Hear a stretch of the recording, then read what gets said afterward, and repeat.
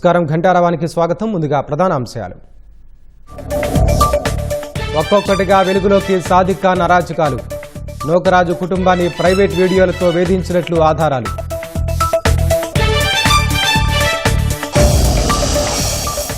దేశవ్యాప్తంగా Sunday on cycle కార్యక్రమం. Visakha beach రోడ్లో సైకిల్ దొక్కిన మన్సుఖ్ మాండవీయ.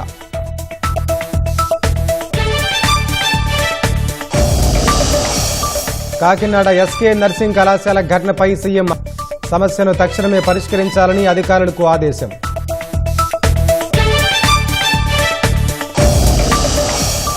కెనడాపై అమలులోకి అమెరికా 50% సుంకాలు. $20 బిలియన్ విలువైన వస్తువులపై ప్రభావం.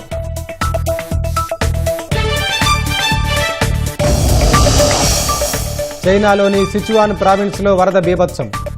నీట మునిగిన నివాస భవనాలు, భారీగా ఆస్తి నష్టం.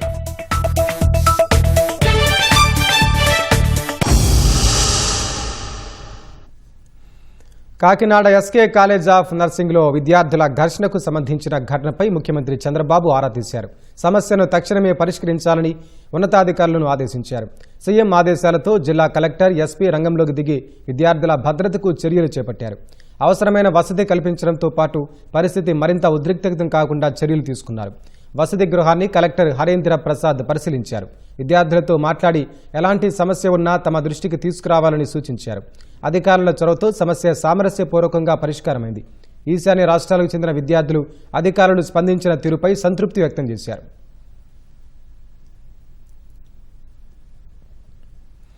కాకినాడ పంచాయతీరాజ్ ఏఈ నూకరాజు కుటుంబం ఆత్మహత్య కేసులో ప్రధాన నిందితుడు సాదిక్ ఖాన్ అరాచకాలు ఒక్కొక్కటిగా వెలుగు చూస్తున్నాయి.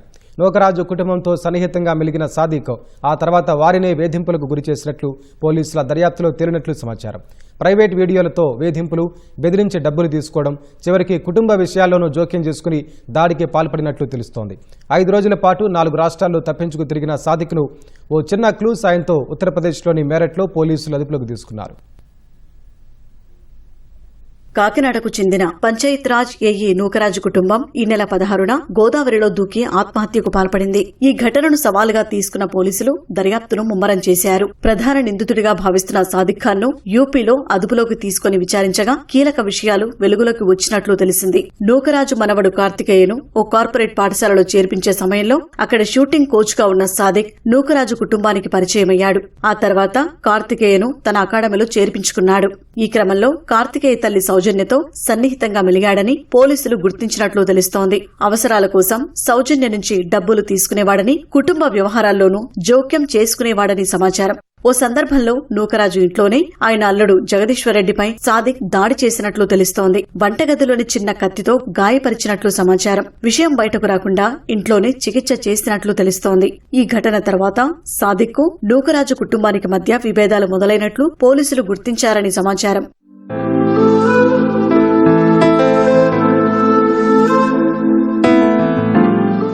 విభేదాలు పెరగడంతో సాదిక్ కు నూకరాజు కుటుంబానికి మధ్య తీవ్ర వాగ్వాదాలు జరిగినట్లు తెలుస్తోంది. ఈ క్రమంలో కార్తికేయను కిడ్నాప్ చేస్తారని, తన వద్ద గన్ ఉందని, కాల్ చేస్తారని సాదిక్ బెదిరించినట్లు పోలీసులు అనుమానిస్తున్నారు. సౌజన్యకు సంబంధించిన ప్రైవేట్ వీడియోలు, సంభాషణలు తన వద్ద ఉన్నాయని, మాట వినకపోతే వాటిని ఇతరులకు పంపిస్తారని, సోషల్ మీడియాలో పెడతారని బెదిరించినట్లు దర్యాప్తులో వెల్లడైనట్లు సమాచారం. ఈ వేధింపులే నూకరాజు కుటుంబాన్ని తీవ్ర మనోవేదనకు గురిచేసి ఆత్మహత్యకు ప్రేరేపించి ఉండొచ్చని పోలీసులు భావిస్తున్నారు. మరోవైపు సౌజన్య భర్త జగదీశ్వరరెడ్డి మృతితో తనకు ఎలాంటి సంబంధం లేదని సాదిక్ చెప్పినట్లు సమాచారం. కిడ్నాప్ చేస్తానని, గన్ ఉందని, ఉత్తుత్తినే బెదిరించేవాడనని పోలీసులతో చెప్పినట్లు తెలుస్తోంది.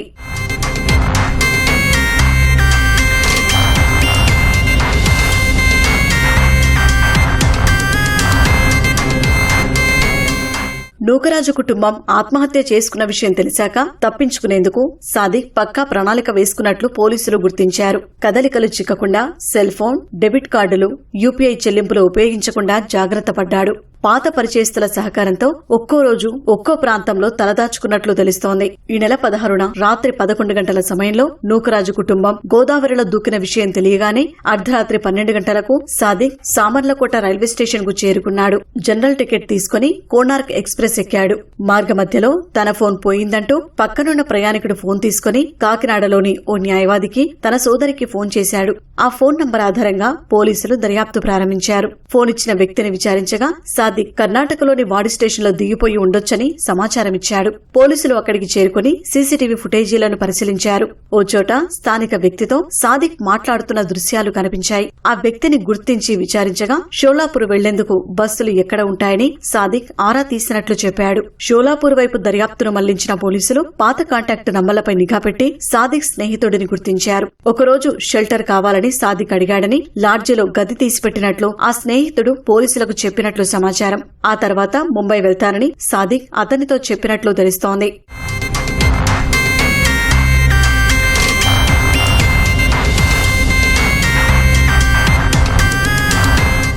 ఢిల్లీలోని పాత స్నేహితుడి ఫోన్ నంబర్ను సాదిక్ షోలాపూర్ మిత్రుడితో అడిగినట్లు పోలీసులకు సమాచారం అందింది. దీంతో పోలీసులు ఢిల్లీకి చేరుకుని రైల్వే స్టేషన్ సీసీటీవీ ఫుటేజీల ఆధారంగా సాదిక్ ఢిల్లీకి వచ్చినట్లు నిర్ధారించుకున్నారు. అతడి స్నేహితుడి ఫోన్ నంబర్ మేరట్ లో ఉన్నట్లు గుర్తించిన పోలీసులు మేరట్ పోలీసుల సహకారంతో గాలింపు చేపట్టారు. చివరకు సాదిక్ కు ఆశ్రయం కల్పించిన వ్యక్తిని అదుపులోకి తీసుకుని విచారించగా నిందితుడి ఆచూకీ లభించింది. మేరట్ కోర్టులో సాదిక్ ను హాజరుపరిచిన పోలీసులు ట్రాన్సిట్ వారెంట్ పై కాకినాడకు తీసుకొస్తున్నారు. మొత్తానికి ఒక చిన్న క్లూను ఆధారంగా చేసుకున్న పోలీసులు సాదిక్ కదలికలను ఛేదించారు. మరో రోజు ఆలస్యమై ఉంటే కేరళకు వెళ్లి అక్కడి నుంచి సముద్ర మార్గంలో విదేశాలకు పరారయ్యేందుకు స్కెచ్ వేసినట్లు తెలిసింది.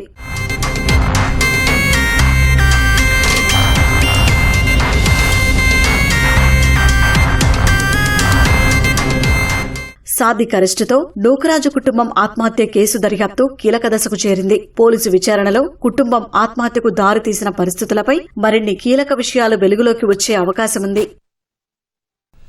ఖరగ్పూర్ నుంచి అమరావతి ఔటర్ రింగ్ రోడ్డు వరకు నిర్మించనున్న హైస్పీడ్ కారిడార్కు సంబంధించి రాష్ట్ర పరిధిలో అలైన్మెంట్కు ఆమోదం లభించింది. ఏపీలోని 457 కిలోమీటర్లకు సంబంధించి రాష్ట్ర ప్రభుత్వం సూచించిన మార్గానికి కేంద్ర రవాణా జాతీయ రహదారుల మంత్రిత్వ శాఖలోని అలైన్మెంట్ అప్రూవల్ కమిటీ తాజాగా ఆమోదం తెలిపింది. ఈ కారిడార్ను పశ్చిమ బెంగాల్, జార్ఖండ్, ఒడిశా, ఏపీల్లో కలిపి మొత్తం 1107 కిలోమీటర్ల మేర నిర్మిస్తారు. ఈ కారిడార్ పార్వతీపురం మన్యం, అల్లూరి సీతారామరాజు, పోలవరం, తూర్పుగోదావరి, ఏలూరు జిల్లాల మీదుగా వెళ్తోంది. ఆయా జిల్లాల్లో హైవేకి అవసరమైన భూసేకరణకు సంయుక్త కలెక్టర్, డిప్యూటీ కలెక్టర్ వంటి అధికారుల్లో ఎవరినైనా భూసేకరణ అధికారిగా నియమించాల్సి ఉంటుంది. మన్యం, తూర్పుగోదావరి జిల్లాలకు భూసేకరణ అధికారులను ఎంపిక చేశారు. వారిని అధికారికంగా గుర్తించి గెజిట్ జారీ చేసేందుకు వీలుగా ఆ వివరాలను కేంద్ర ఉన్నతాధికారులకు పంపారు. మిగిలిన జిల్లాల అధికారుల పేర్లను ఈ వారంలో పంపనున్నారు. ఏపీలో ఈ కారిడార్ నిర్మాణానికి 32,000 కోట్లు ఖర్చవుతుందని అంచనా వేశారు. ఈ ప్రాజెక్టును ప్రస్తుత ఆర్థిక సంవత్సరంలోనే మంజూరు చేయడంపై కేంద్రం దృష్టి పెట్టింది. పశ్చిమ బెంగాల్, ఒడిశాలలో కూడా అలైన్మెంట్పై స్పష్టత వచ్చాక డిపిఆర్ ఖరారు చేయనున్నారు. మార్చి నాటికి ఈ ప్రాజెక్టును మంజూరు చేయాలని భావిస్తున్నారు.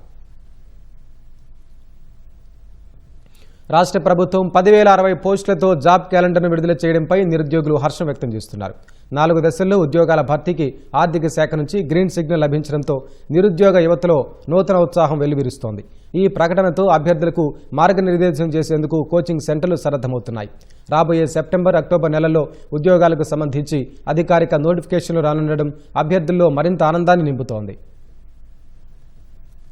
శ్రీష్మశ్రీ, I'm studying in Pratibha civils academy from degree first year. ఏదో ఒకటి సివిల్స్ జాబ్ కన్ఫామ్గా ఏదో ఒకటి కొట్టే బయటకు వెళ్ళాలని అదొక ఉద్దేశంతో మేము ఇక్కడ జాయిన్ అయ్యి మా ఒక కోచింగ్ని ఇలా స్టార్ట్ చేసాం. ఇలా గవర్నమెంట్ ఏంటంటే ఇలా జీవో 4 స్టేజెస్గా రిలీజ్ చేసింది కదా, ఒక్క దానిలో రాసి క్వాలిఫై అవ్వకపోయినా ఇంకో దానిలో కూడా క్వాలిఫై అవుతాం కాబట్టి ఇలా రిలీజ్ అవ్వడం వల్ల ఇది చాలామంది హెల్ప్ అయ్యిద్ది. మాకు కూడా చాలా హ్యాపీగా ఉంది. ఇలా రిలీజ్ చేయడం వల్ల ఇలా చాలామంది వాళ్ళ యొక్క ఎయిమ్ని వాళ్ళు అచీవ్ అవ్వడానికి కూడా చాలా ఫలితాలు ఉన్నాయి. నేను గ్రూప్ 1 ఎగ్జామ్స్కి అలాగే గ్రూప్ 2 ఎగ్జామ్స్కి ప్రిపేర్ అవుతున్నాను. జనరల్గా ఫస్ట్ నోటిఫికేషన్ ఆగస్ట్ 15th వచ్చింది అని తెలిసినప్పుడు దానికి ముందు 3 months నుంచే మేము ప్రిపేర్ అవ్వడము, దానికి తగ్గట్టు టెస్ట్ సిరీస్ కానీ క్లాసెస్ కానీ అటెండ్ అవ్వడం ఇదంతా చేశాము. కానీ ఎప్పుడైతే సెప్టెంబర్ 15th అది పోస్ట్పోన్ అయ్యింది అని తెలిసిందో కొంచెం బ్రేక్ ఇచ్చినప్పటికీ ఎడ్యుకేషన్ మినిస్ట్రీ దగ్గర నుంచి మనకి రెగ్యులర్ అప్డేట్స్ రావడం వల్ల మనకి అష్యూరెన్స్ అనేది వచ్చింది. ఒక 10 రోజులు అటు ఇటుగా ఎగ్జామ్ కండక్ట్ చేస్తారు అనే కాన్ఫిడెన్స్ ఎప్పుడైతే ఎస్టాబ్లిష్ అయిందో we're ready to gear up with our preparations and all that stuff so that number of notifications with respect to job calendar utilise చేసుకోవచ్చు. ఈ ఆపర్చునిటీ మళ్ళీ రాదు అనే ఉద్దేశంతో సో దానికి గ్రూప్ 1కి గ్రూప్ 2కి ఫస్ట్ కామన్ సిలబస్ ఏదైతే ఉందో అది కవర్ చేసి ఆ తర్వాత సబ్జెక్ట్ స్పెసిఫిక్ స్పెషలైజేషన్స్ ఏవైతే ఉన్నాయో అవన్నీ చేద్దామనే దిశగా ప్రిపరేషన్ అనేది జరుగుతుంది. నోటిఫికేషన్ ద్వారా రాష్ట్రంలో ఉన్నటువంటి నిరుద్యోగుల్ని ఉద్యోగులుగా తయారు చేయడం కోసం 4 దశల్లో రాష్ట్ర ప్రభుత్వం నోటిఫికేషన్ రిలీజ్ చేస్తామని చెప్పింది. చెప్పినట్టుగానే జీవో రిలీజ్ చేయడం జరిగింది.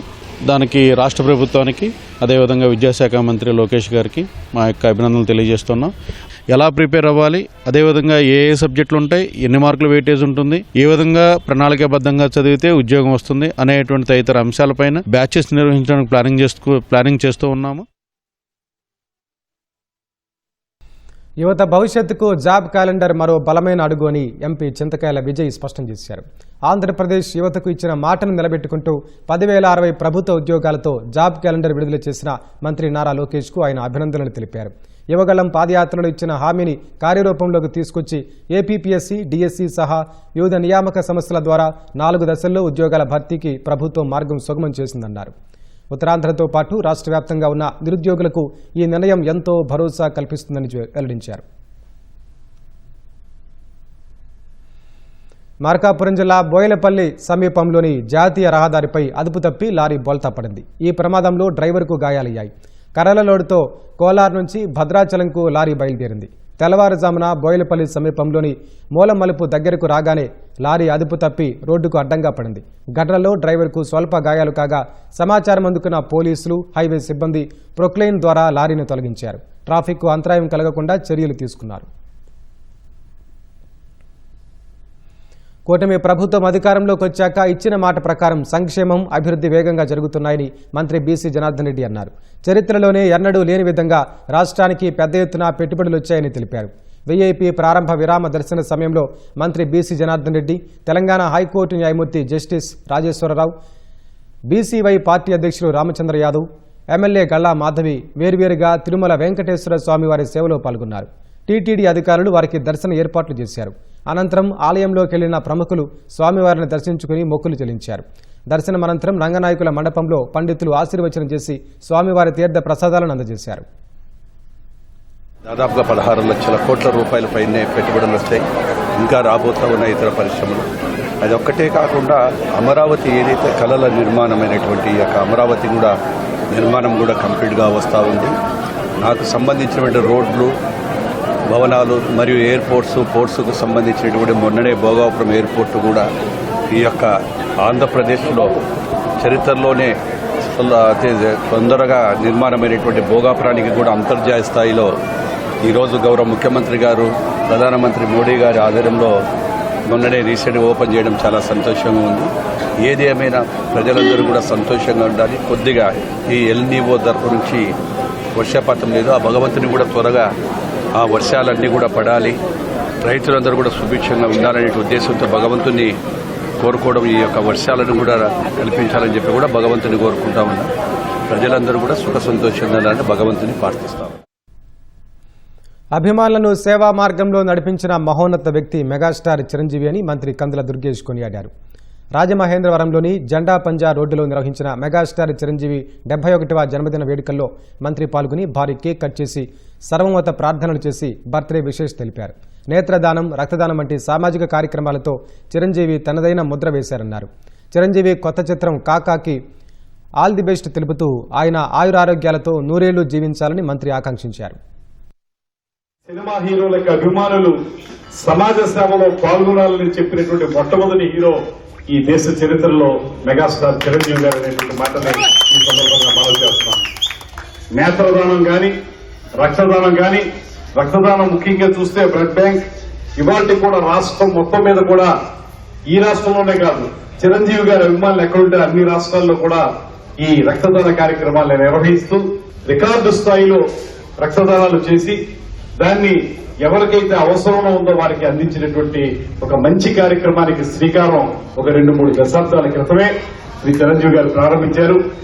అలాగే కాకా గారు అయినటువంటి మన చిరంజీవి గారు, ఆయన ఎంత లేటెస్ట్ గా ఉంటున్నారంటే ఆ గ్లిమ్స్ చూశాను. గ్లిమ్స్ లో ఆయన లేటెస్ట్ కుర్రోళ్ళు వేసుకునే విధంగా ప్యారలల్ ప్యాంట్ వేసుకుని దాంతో గ్లిమ్స్ లో కనబడ్డాడు ఆయన. సో ఎప్పటికప్పుడు అప్డేట్ అవుతూ 7 బదుల వసంతాల్లో కూడా ఆయన ఇవాళ కూడా యంగ్ గా ఉంటూ యువకులందరికీ కూడా మార్గదర్శకంగా ఉండటం అనేటువంటిది ఒక గొప్ప విషయం. పరాయి వ్యక్తితో చాటింగ్ చేస్తోందనే అనుమానంతో ఓ భర్త భార్యను హత్య చేసి నదిలో పడేసిన ఘటన యానాంలో చోటు చేసుకుంది. మత్స్యకారపేటకు చెందిన చెక్క అప్పారావు భీంనగర్కు చెందిన రేఖను 6 ఏళ్ల క్రితం ప్రేమించి పెళ్లి చేసుకున్నాడు. వీరికి 4 ఏళ్ల బాబు 2 ఏళ్ల పాప ఉన్నారు. అప్పారావు చేపల వేటతో కుటుంబాన్ని పోషించుకుంటున్నాడు. శుక్రవారం రాత్రి ఇంటికొచ్చిన అప్పారావు భార్య రేఖకు ఫోన్ ఇచ్చి స్నానానికి వెళ్లాడు. తిరిగి వచ్చేసరికి ఆ ఫోన్ నుంచే భార్య చాటింగ్ చేయడం కనిపించింది. దీంతో అప్పారావు భార్య రేఖను ముఖంపై పిడిగుద్దులు గుద్దాడు. కింద పడిపోయిన ఆమెను గొంతు నిలిమి హత్య చేశాడని పోలీసులు తెలిపారు. ఆటోలో మృతదేహాన్ని తీసుకెళ్లి వంతెన పైనుంచి కోరింగా నదిలో పడేసినట్లు వెల్లడించారు. ఎవరికీ అనుమానం రాకుండా ఉండేందుకు భార్య కనిపించడం లేదంటూ పోలీస్ స్టేషన్లో ఫిర్యాదు చేశాడని పేర్కొన్నారు. తమదైన శైలిలో విచారించగా అప్పారావు నిజాన్ని ఒప్పుకున్నాడని పోలీసులు తెలిపారు. వంతెన నుంచి సుమారు 300 మీటర్ల దూరంలో రేఖ మృతదేహం లభించిందన్నారు. పోస్టుమార్టం నిమిత్తం యానాం ప్రభుత్వ ఆసుపత్రికి తరలించినట్లు పోలీసులు తెలిపారు.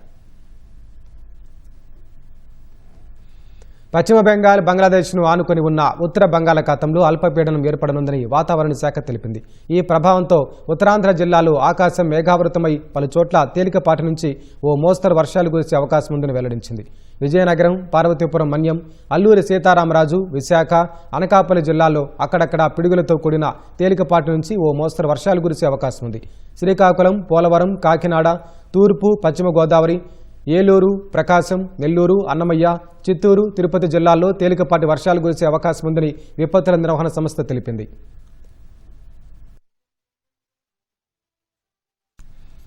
పార్వతీపురం మన్యం జిల్లా పాలకొండ ప్రభుత్వ ఆసుపత్రిలో ఓ యువకుడు మత్తులో బీభత్సం సృష్టించాడు. చేతికి స్వయంగా గాయం చేసుకున్నాడు. 108 అంబులెన్సులు ఆసుపత్రికి తరలించగా వైద్యం అందిస్తున్న సిబ్బందిపై విరుచుకుపడ్డాడు. ఆసుపత్రి ప్రధాన గేటు వద్ద అద్దాలు పగలగొట్టి భయోత్పాతం సృష్టించాడు. గట్టిగా కేకలు వేశాడు. అదుపు చేసేందుకు ప్రయత్నించిన పారిశుద్ధ్య సిబ్బందిపై దాడికి ప్రయత్నించాడు. వైద్య సిబ్బంది భరతం పడతానంటూ హెచ్చరించాడు. మత్తులో ఉన్న ఆ యువకుడిని పోలీసులు అదుపులోకి తీసుకున్నారు.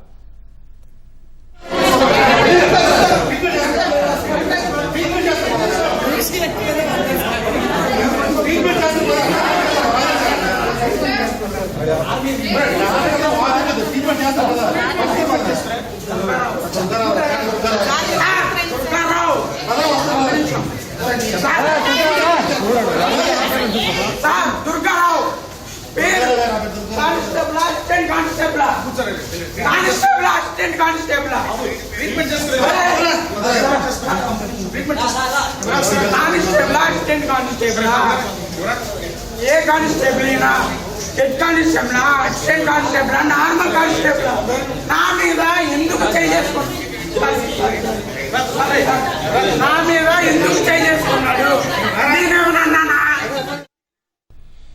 విశాఖపట్నం బీచ్ రోడ్లో బ్రిక్స్ సమ్మిట్లో భాగంగా నిర్వహించిన ఫ్రెండ్షిప్ సైకిల్ ర్యాలీ ఉత్సాహంగా సాగింది. ఈ కార్యక్రమంలో కేంద్ర యువజన క్రీడా శాఖ మంత్రి మన్సుఖ్ మాండవీయ, బ్రిక్స్ దేశాల క్రీడా మంత్రులు, ప్రతినిధులు, టీడీపీ రాష్ట్ర అధ్యక్షుడు పల్లా శ్రీనివాసరావు, జీవీఎంసీ కమిషనర్ కేతన్ గార్గ్ పాల్గొన్నారు. సైకిల్ తొక్కి క్రీడాకారులను, యువతను ఉత్సాహపరిచారు. ఈ సందర్భంగా Brazil, Russia, India, China, south Africa దేశాలతో పాటు పలు మిడిల్ ఈస్ట్, ఆఫ్రికా దేశాల నుంచి విచ్చేసిన క్రీడా ప్రతినిధులు, యువజన మంత్రులు పెద్ద ఎత్తున పాల్పంచుకున్నారు. బ్రిక్స్ దేశాల మధ్య సాంకేతికత, క్రీడలు, నైపుణ్యాల భాగస్వామ్యం మరింత బలపడాలని కేంద్ర మంత్రి ఆకాంక్షించారు. కాలుష్య నివారణకు, ఆరోగ్యకరమైన జీవనశైలికి సైకిల్ ఉత్తమ మార్గమని తెలిపారు. Occasion of BRICS Summit, BRICS Friendship Cycling is organized. Every BRICS delegate is participated and enjoying to cycling. Cycling is one part of Fit India movement. Honorable Prime Minister initiated Sunday on Cycle. Sunday on Cycling. Now 1,800 city is organized today. 5 million youth join today Sunday on Cycling. Cycling is a best exercise. Cycling is a solution of pollution. Cycling is a fitness.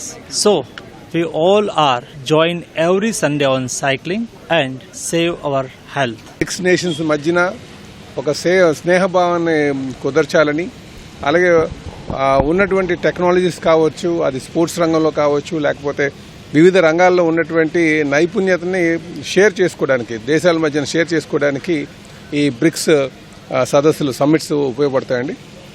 ఈసారి మాత్రం స్పోర్ట్స్కి సంబంధించిన దాంట్లో ఈరోజు ఇక్కడ ఈ కార్యక్రమం చేయడం, అందులో మాకు పాల్గొనడం చాలా సంతోషంగా ఉంది. ఇది బ్రిక్స్ పార్ట్నర్షిప్ సెలబ్రేషన్ అని చెప్పేసి బీచ్లో సైక్లింగ్ పెట్టారండి. సో ఇందులో పాల్గొనడం మాకు చాలా ఆనందంగా ఉంది. ఇక్కడ విశాఖపట్నంలో 11 కంట్రీస్ ద్వారా పార్టిసిపేట్ చేయడం జరిగింది. So Brazil, Russia, India, China and south Africa ఒక ఇంటర్నేషనల్ గ్రూప్. దాని కాకుండా middle east countries, south African countries కూడా ఇక్కడ పాల్గొన్నారు. So sports and youth ministers of those countries participated in chief minister గారితో కూడా ఇంటరాక్షన్ అయింది. ఈరోజు సండే ఆన్ సైకిల్ ఈవెంట్ కూడా చాలా బాగా జరిగింది. సో మంచి వాతావరణం ఉంది. ఖచ్చితంగా సైక్లింగ్ మన సిటీలో ప్రమోట్ చేయాలి. మన సిటీలో కాదు, మొత్తం దేశంలో, మొత్తం ప్రపంచంలో కూడా ప్రమోట్ చేయాలి. In fact every Monday in GVMC also we promote cycling. I personally use cycle to go to office and మా చాలామంది హెచ్ఓడి, అడిషనల్ కమిషనర్స్ కూడా సైకిల్ యూజ్ చేస్తుంటారు. So cycling is a healthy sport and it is good for environment, good for health. మేము సిటీలో కూడా cycling track develop చేస్తున్నాము. 3 or 4 cycling tracks already next 2 to 3 months వచ్చేస్తాయి. We will try to saturate the city with the cycling track so that ప్రతి ఒక్కరికి కూడా cycling sporting event లాగా, cycling life line event లాగా యూజ్ చేయడానికి వీలు ఉంటుంది. ముంబై భులేశ్వర్ ప్రాంతంలో విషాదం చోటు చేసుకుంది. లారీ నుంచి మండపానికి వినాయకుడిని తరలిస్తుండగా ప్రమాదవశాత్తు విగ్రహం కింద పడి 2 మృతి చెందారు. మరో 5 గాయపడ్డారు. సమాచారం అందుకున్న పోలీసులు, అగ్నిమాపక సిబ్బంది హుటాహుటిన ఘటనా స్థలానికి చేరుకుని సహాయక చర్యలు చేపట్టారు. క్షతగాత్రులను సమీప ఆసుపత్రికి తరలించారు. మృతులు సంకేత్, హేమంత్ జోషిగా గుర్తించారు. ఎంతో ఉత్సాహంగా విగ్రహాన్ని మండపానికి తరలిస్తుండగా ఊహించని విషాదం చోటు చేసుకోవడంతో స్థానికంగా తీవ్ర విషాద ఛాయలు అలుముకున్నాయి.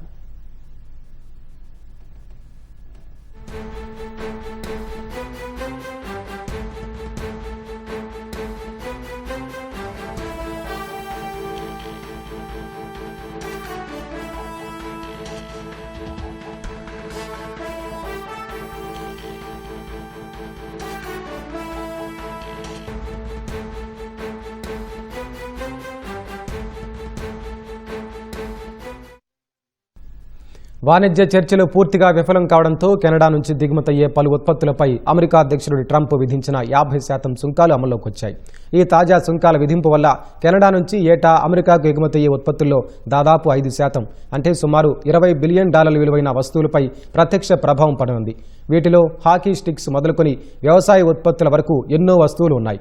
కెనడా తన మొత్తం ఎగుమతుల్లో అత్యధికంగా 72% అమెరికాకే పంపుతోంది.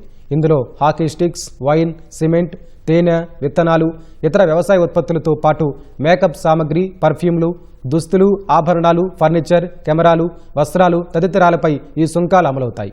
దీనిపై స్పందించిన కెనడా ప్రధాని మార్క్ కార్నీ సెప్టెంబర్ 8 నుంచి అమెరికా చర్యలకు సమాన స్థాయిలో ప్రతీకార సుంకాలు విధిస్తామని ప్రకటించారు. ఉక్కు, డైరీ, గృహోపకరణాలు, వ్యవసాయ పరికరాలు, పల్ప్, పేపర్, ఎలక్ట్రానిక్స్ రంగాల్లోని అమెరికా ఉత్పత్తులపై కెనడా సుంకాలు విధించనుంది. జపాన్లో 5.9 తీవ్రతతో భూకంపం సంభవించింది. ఎబ్రకీ ప్రాంతంలో 70 కిలోమీటర్ల లోతులో భూకంప కేంద్రాన్ని గుర్తించారు. రాజధాని టోక్యో సహా వేర్వేరు ప్రాంతాల్లో 37 మంది గాయపడ్డారు. భూకంపం కారణంగా టోక్యో నరిటా విమానాశ్రయానికి వెళ్లే ఎక్స్ప్రెస్ రైళ్లను కొద్దిసేపు నిలిపివేశారు. ఈశాన్య ప్రాంతాలకెళ్లే లోకల్ రైళ్లు ఆలస్యంగా నడుస్తున్నాయి. బుల్లెట్ రైళ్లు మాత్రం యథావిధిగా నడుస్తున్నాయని ఈస్ట్ జపాన్ రైల్వే కంపెనీ తెలిపింది. టోక్యోలో భూగర్భ నీటి పైప్ లైన్ పగిలిపోవడంతో రహదారులపై నీరు చేరింది. అణు విద్యుత్ కేంద్రాలకు ఎలాంటి నష్టం వాటిల్లలేదని న్యూక్లియర్ రెగ్యులేషన్ అథారిటీ స్పష్టం చేసింది. ఆస్తి నష్టం అంచనా వేయడానికి టాస్క్ ఫోర్స్ను ఏర్పాటు చేసినట్లు జపాన్ ప్రధాని సనాయో తకాయిచి తెలిపారు. గత నెలలో జపాన్లోని కుషు ద్వీపంలో 7.1 తీవ్రతతో భూకంపం సంభవించగా 38 మంది మృతి చెందారు. చైనాలోని సిచువాన్ ప్రావిన్స్లో వరదలు బీభత్సం సృష్టించాయి. కొండపోత వర్షాల కారణంగా వీధులన్నీ జలమయమయ్యాయి. అనేక కార్లు, దుకాణాలు, నివాస భవనాలు నీట మునిగాయి. పెద్ద ఎత్తున ఆస్తి నష్టం సంభవించింది. దాదాపు వేలాది మందిని సురక్షిత ప్రాంతాలకు తరలించారు. వర్షాలు తగ్గుముఖం పట్టడంతో విపత్తు నిర్వహణ బృందాలు సహాయ పునరావాస కార్యక్రమాలను వేగవంతం చేశాయి. దాదాపు 2,000 మందికి పైగా సిబ్బందిని, 30కి పైగా వాహనాలు, యంత్రాలను సహాయక చర్యల కోసం వినియోగిస్తున్నారు. వీలైనంత త్వరగా ట్రాఫిక్ను పునరుద్ధరణ చేయనున్నట్లు అధికారులు తెలిపారు.